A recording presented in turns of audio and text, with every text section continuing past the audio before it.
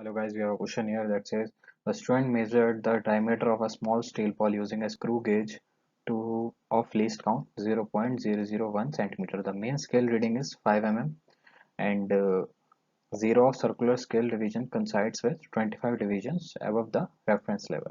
The screw gauge has a zero error of minus 0.004 centimeter. The correct diameter of the ball is. Okay, so the least count of the screw gauge is 0.001 centimeter.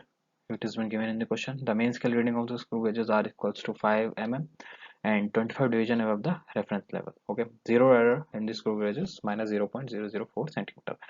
Observed reading of the screw gauges 0.5.